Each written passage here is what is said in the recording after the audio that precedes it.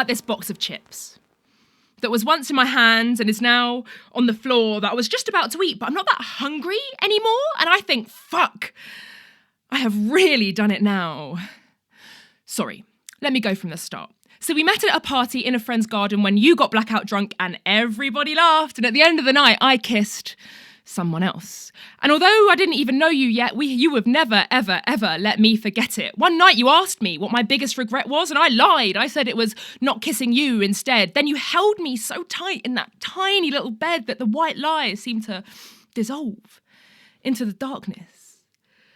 You see, you were my first in so many ways. When I met you, you swept me up in this daze of compliments and affection and gestures and direction. You told me I was lost before I found you. And I guess I never bothered to consult a map, and I definitely didn't consider that it was all crap. I just ate it all up out the palm of your hands as you led me like a lamb to your promised lands. I was broken. But so were you. Sorry, where was I? We have been out with friends. Friends is rich. Friends tends to imply ties of love and camaraderie. These people were not our friends. Let's call them acquaintances. They were the jeering crowd who saw that you were down, then pushed you in the vodka and told you to drown because they thought it was funny to make their own little clown. The alcohol doesn't mix well with your meds. We both know that, but you turn away from me. Instead, you take another sip. Straight spirits slip into your bloodstream and the scales, they tip in favour of this circus. Roll up, roll up! You're a fucking slag. The circus is in town! Did you know that? You're a fucking slag. And you are so close, the smell of your breath makes me gag. That one was just for me, not for the baying punters who conveniently seem to have lost interest in their blood sport. And I say, nothing. I just call us both a cab. Most nights you stay over at mine and wake up screaming, and I'm holding you close and telling you you've just been dreaming, and you cry and shake your ice cold hands I take into mine. I would fight every one of your demons if you asked me. You know, I'd drown out the desert. I would dry up the whole sea, but my metaphors are pretty weak because I'm only 16. So instead I just hold you close until we fall back to sleep. Get out the car. He's going to be sick. Middle of nowhere in the street, and as though with a click, I see the last of the boy I know leave your eyes. I can see where this is going. So I say good night. Perhaps it's best we see each other another time. And I can see that hurts him, but that suits me just fine. I have just got to get out of here before he crosses that line. Fuck you then. Fuck you. Fuck you.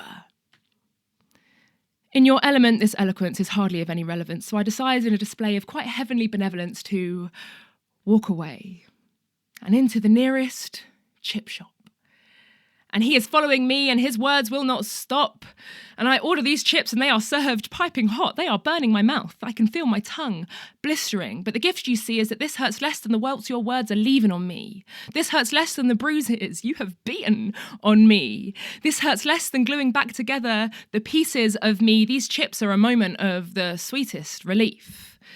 You are screaming now.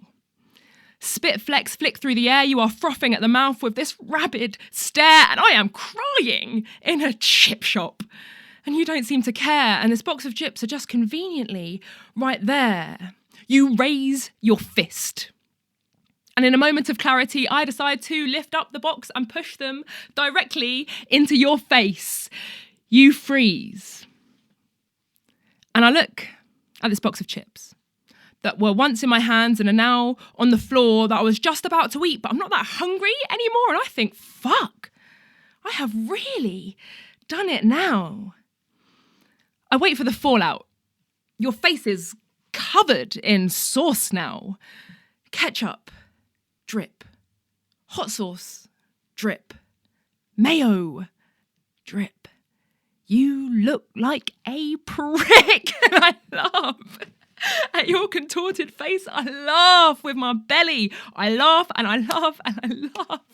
And just like that, I'm not afraid of you anymore. You are not the same bully from moments before. It is hard to give you that power when you are painted in sauce. You are just a boy standing in front of a girl covered in fast food. And under these fluorescent lights, it is clear to see I am more, and your hurt will never break me. I am more, and your words will never take me. I know my worth now. How could I forsake me?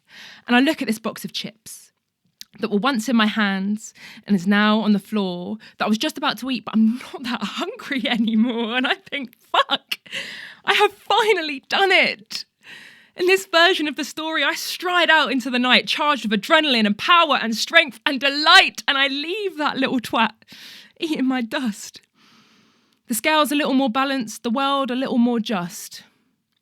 To any man that would make a woman feel fear or dread, I will dash 1,000 chips in 1,000 of you man's heads.